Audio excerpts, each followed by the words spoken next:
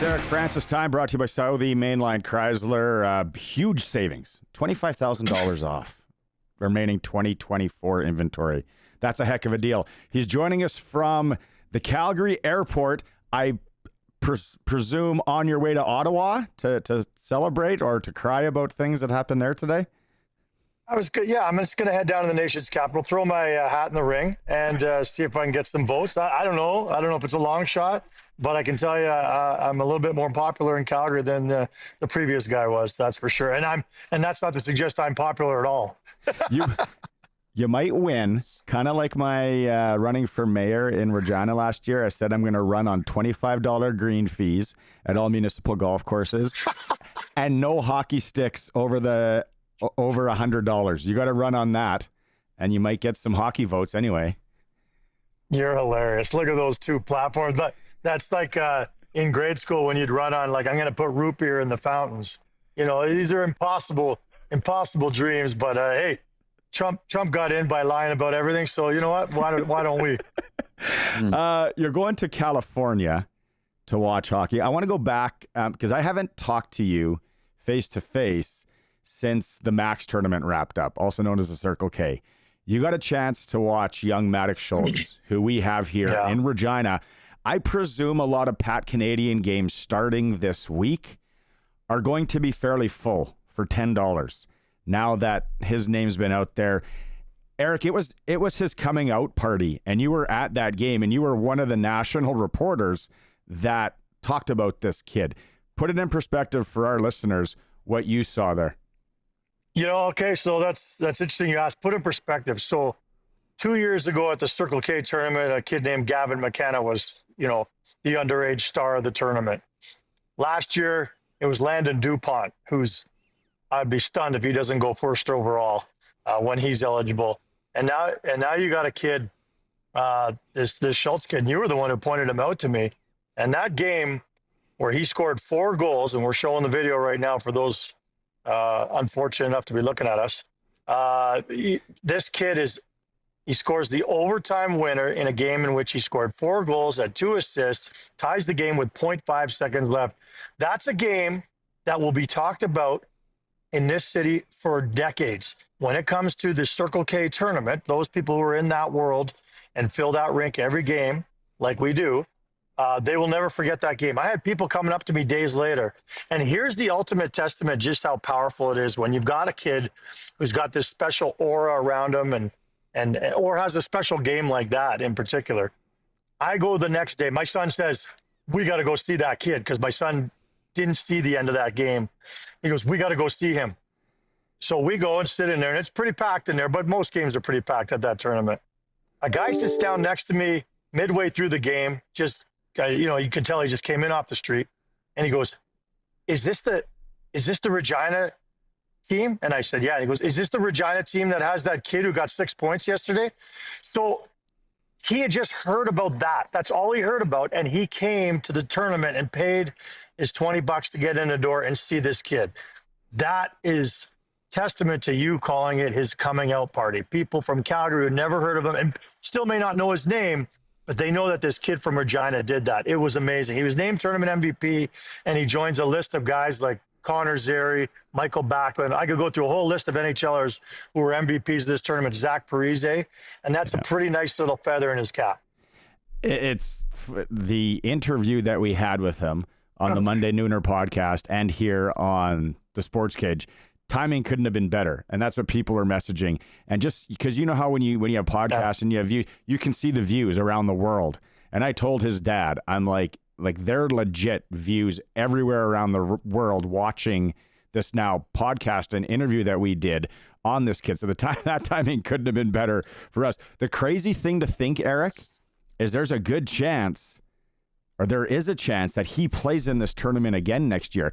I got the feeling he's going to exhaust the 34 game rule that they came out with in the Western Hockey League and not go exceptional. That's just me thinking out loud. He could play in this thing again. And I don't know what the records are on a lot of things, but that would be interesting to see. Well, no one's touching Zach Parise's record. He had something like I don't remember the numbers, but he played in the tournament a couple of years and put up something like 40 points, like with Shattuck. But it's not fair. He's with Shattuck. He's playing with superstars. I sat next to a guy one of the days of the tournament after from the Western Hockey League. He's an executive who's been there for a lot of years. And he said he was the one who told me about that 34 game rule that you were talking about. If a kid plays a full year as a 14-year-old, he can then play a half a year in the WHL. That was news to a lot of people who I was talking to about that. But a lot of people were scratching their heads saying, why isn't this kid applying for exceptional status? And maybe he wasn't thinking of it before. I know he's leading your Saskatchewan league there by 8 points last I saw. But maybe it's a tournament like this where he did open so many eyes and more people are going to say to him, dude, like you might have thought it was a little over the top for you to apply for that. But now I think it's pretty clear you probably should. Either way, I agree with you. He'll play at least half a year next year in the dub. And there's a very good chance that whatever dub team he goes to would say to him, look, of these 34 games, we're going to spread them out in a certain way. We want to send you back to a tournament like the Circle K where you can continue to get your feet under you, get confidence and shine and improve yourself. So I think you're right. You might have a very good chance of being back there. Last thing on the Circle K, I want to ask you, what do you hear them talking about behind closed doors? Because it's always been a contentious point in Saskatchewan where these teams are going, and now we're playing against 19-year-olds or kids that are just turning 19. Like legit, some of the kids on the American teams could have went to Cowboys or the other establishments in Calgary because you only got to be, what's the age? Is it still 18? Yeah. Like 18, yeah. It's, I don't know, is there a way to level the playing field a bit? I guess Shattuck's going to say, well, we just won't come. And maybe Bishop Kearney and those teams. It seems weird because there is so many 15 and 16-year-olds. And then now you're playing against kind of men. Well, first of all, I'm not familiar with this Cowboys you speak of. Second of all, and I know Bidsy's with me on that. He but I have no idea but what he's talking. What if I would have said ballet? Yeah. Familiar with that. Anyway, just kidding. Here's the thing. The Shattuck St. Mary's won it. They've never, as a matter of fact, I don't think they've ever lost a game and if they have lost a game, it didn't matter because they ended up winning the tournament. They've won the tournament every year they've come to Calgary. And, it's a situation where Shattuck is a big draw and every game they play is played in front of a very large crowd. And I know that there are people that push back and say, well, why would we come if we're going to just lose to Shattuck? But the Calgary team that played them in the final only lost 1-0. And I think that's a pretty good testament to the fact that, teams are getting closer potentially. But this whole tournament, the Circle K, was designed for the four quadrant teams originally, and now all the school teams from Calgary to play against some of the best players in the world. Let's invite the world to come to the best tournament and let's go from there. And that's the mantra still. So they're going to always continue to invite the best teams in the world, even if it means nobody else can win the tournament. It's still a great experience for all these Calgary kids. Okay, let's shift to the NHL. Hey, I just want to throw something out there. Okay. Al McNeil, it was just announced that Al McNeil has passed away. This is a long time. He was a coach in the National Hockey League, won 2 Stanley Cups as head coach of the Montreal Canadiens, and was famous for benching Maurice Richard, and was famous also for playing Ken Dryden right through to winning a Stanley Cup, even though he'd only played like 5 games in the league coming out of college. He passed away today, and I just wanted to throw that out there because this was a real great hockey man, a real great person, and did a whole lot of incredible things in the National Hockey League, including winning 3 Stanley Cups. His third was as assistant general manager of the Flames. So I know there are people in Saskatchewan who know Al. Al has been at the Flames practices every day for the last 20 years I've been here. And one year, I'll tell you a funny story, when they fired Greg Gilbert, they did it just before Christmas, and they didn't have anyone to coach the team. They were pursuing Daryl Sutter, but Sutter was committed to going to the rodeo that year. I think it was the NFR, and he'd never been, and he said, I'm going to the NFR. So the Flames can wait for me. So Wow. Alan McNeil coached the team until Daryl was ready to join the team. So he was willing to take on any role, and he played every role. And he played for 4 of the 6 original 6 teams in the league. So, condolences to his family, but also hats off to a great hockey man. Yeah. Oh, good, kind words. Yeah, that went quite the resume for Al, for sure. Oh yeah. Yeah. Sorry, go ahead. I just wanted to throw that in because I didn't. I'll start, and then Bidsy, you want to go, but let's start with what's going on in Vancouver. I talked last week, like who's going to win this battle? Is it going to be Elias Pettersson? Is it going to be JT Miller? Are they both going to lose? Like, how does Tocchet navigate this? Like, it's not that Tocchet, he's not dumb. He's as tough as nails. He knows how to run a bench, obviously. You saw what they did last year. How do they get out of this circus ring? You win games. I think Tocchet said it this morning too. You fill the net and you win games, and then all this stuff goes away. And I don't know if all this stuff is ever going to go away in Vancouver. It's such a cesspool with that fan base they've got there, and the media plays a role in it too, no question. But you know what? Pettersson is a game time decision tonight. He practiced this morning in Montreal. He had a good interview this morning with Sportsnet and talked about how, he admits he hasn't played great. He's got to play better. There's expectations. He's the 5th highest paid player in the National Hockey League. He doesn't even have a point a game this year. So it's been an abysmal season for him. And all these rumors and everything just compounds the issue. Now he's hurt, coming back from an injury. Like, it's such a mess. It's hard to see a way through all this, to me, for Vancouver. And now Demko's got back spasms. Like, it's a never-ending saga in Vancouver. I don't see how they cut through all this, because it's always one thing. If it's not one, it's another. And then I don't think the GM handled it all that well when he basically said, yeah, we're looking around, seeing what might be a fit out there for our 2 biggest and best players outside of Quinn Hughes. I think it's an absolute mess. And, take it from someone who watched in Calgary where there was so much drama last year. It really does affect your room. And it's different because Calgary wasn't a contender last year. But, when you've got all this drama and all this chatter, and New York's no different, it does affect the room. And no matter how you think they're going to get out of it, sometimes you just can't. For an entire season, you're just wrecked. And I wonder if that's where the Vancouver Canucks are. Eric, switching to, a glass half full, if you will, or looking at the positive things in the NHL right now. Who's the class of the NHL right now, would you say? I noticed on Sportsnet, on your network's page, they talk about the Las Vegas Golden Knights. I know a lot of people are talking about the Winnipeg Jets maybe at the start of the year. Right now, as we roll into the 2025 year here on this day, who's the class of the NHL do you feel right now? Yeah, I can't think of a more daunting team to have to play than Vegas.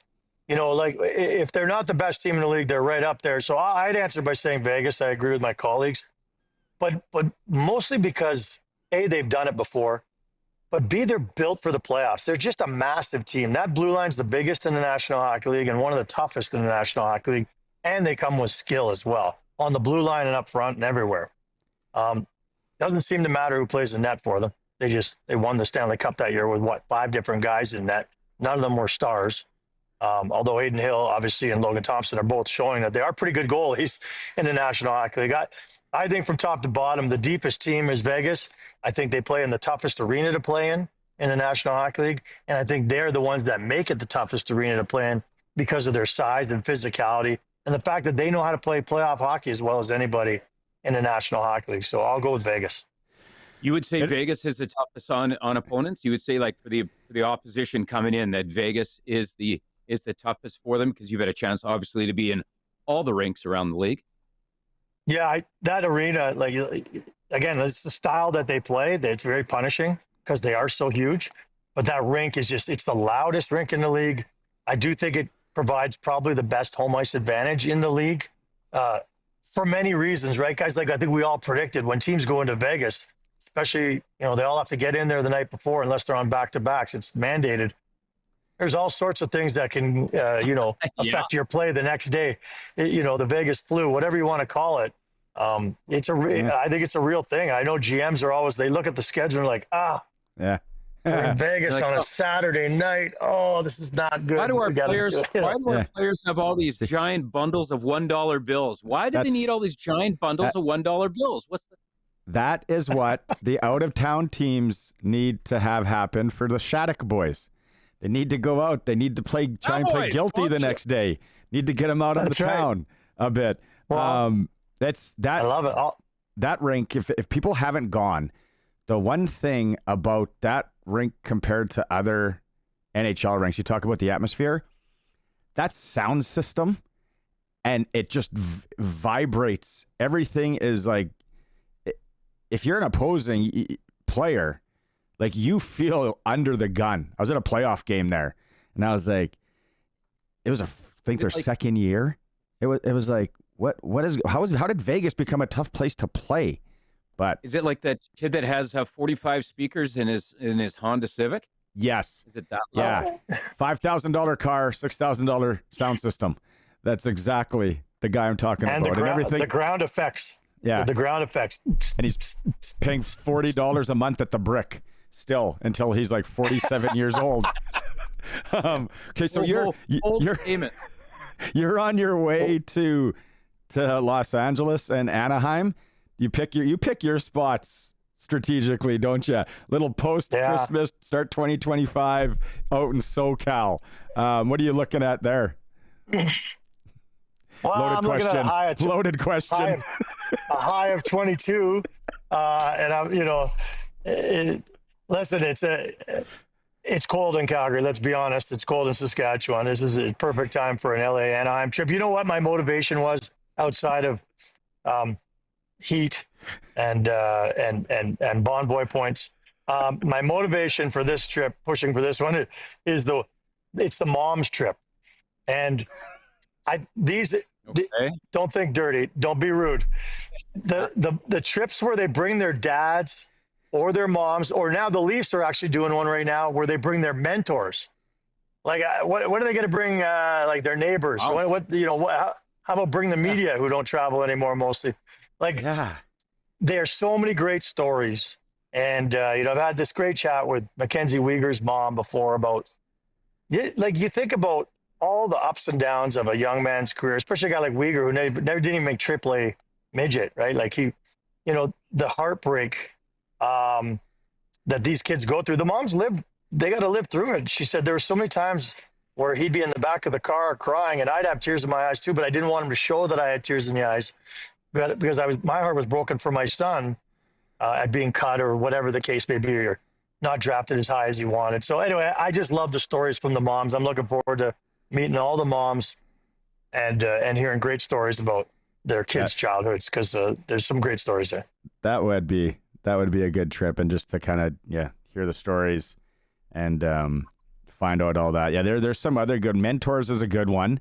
That's a good one. Ex-girlfriends would be good. This is what you could have had. Wait a second. Or super fans. When you think about it, bring the crazy guy that asks for an autograph after every game. Oh my God. I dare say in the NHL there's a lot of well, I shouldn't say every year's ex-girlfriend's trip, depending on what cities you go to. But anyway, the story, have I told you guys the story about Connor Zary, what his dad told me when they were on the dad's trip last year? No. A good Sasky boy. I'll tell you this story because I love it. Like, I can't remember what age he was. He couldn't really remember either, but he was just say 13, he thought. And he started working out in the basement, and parents were really impressed. Like, this kid's actually starting to take this seriously. He's working out in the basement, and he's trying to get bigger, and he's like really taking hockey to another level. And one day they went down there, and there was a massive poster of inspirational quotes from like Muhammad Ali and NHLers and stuff, and some pictures, and it was all put together. His printer and put together with hockey tape, like so classic, to make this big poster up against the wall. And the parents thought this was just so cool that he was trying to motivate himself and all this other stuff. It wasn't until years later, and his dad was doing a little cleaning up, and he pulled it off the wall, and he noticed there was a massive hole in the wall. And Mhm. Connor had put it there with a medicine ball by mistake, and he was terrified for his parents to find out. So it had nothing to do with motivation. It had everything to do with just trying to cover his ass. Ah, that's Shawshank good. Redemption. Yeah. Yeah. What was the what's the actress that he puts up the picture? Not Farrah Fawcett. It's something. Oh, I love that show. Shawshank. Everybody loves Not Bo Shawshank. Derek, I don't think. But Oh yeah. Yeah. So okay. From one, if you're watching the stream, from one quarter zip guy to another. So when you get on the plane, like what is? Do you go ginger ale? Do you get a peanut cookie snack? What does Eric Francis do when he gets on the plane? Well, I vie often for when they give you the option for the pretzels and the cookie. Yeah, I don't know if people know this. I shouldn't tell people this, but you can get both. Yeah, so go for both. True. And you just gotta be real friendly and or just ask. And yeah, I'm a ginger ale guy. Yeah, it's probably the only place in the world I drink ginger ale. But on the plane, you're right. It's a good call. I like that. I was sick over the holidays. My whole family was, and I was sitting there thinking, I'm like, the only time I drink ginger ale is when I'm sick or when I'm on an airplane. I don't know what makes you at 30,000 feet want ginger ale, but and then there's that little duty free shop that you walk through at the Calgary airport though, and they sell like the little bottles now. If a guy wanted to go old school, like when you couldn't afford drinks on a plane, like, I know they frown upon that, but whatever. They won't know who you are. Yeah. No, I don't drink on the plane. I've never really liked that. You know, I don't know if it's the altitude or what. I mean, but I find by the time you get to the fifth or sixth drink, it really hits you hard. I find, you know, so I don't do that. And there's no espresso martinis up there. No. That high. I know. It's okay. Okay, well, have fun on the mom's trip with the Flames and all that, and then you're gonna catch up with Maz on Wednesday. Okay, boys, you have a good week, and we'll talk to you next week then. Right on. For Southie Mainline Chrysler, the new king of trucks in Southie, Saskatchewan, NHL insider Eric Francis. Time for a quick break. When we come back, more Sports Cage. Bidsy and Shank, Colson and Allen. Lots of fun. Streaming at sportscage.com.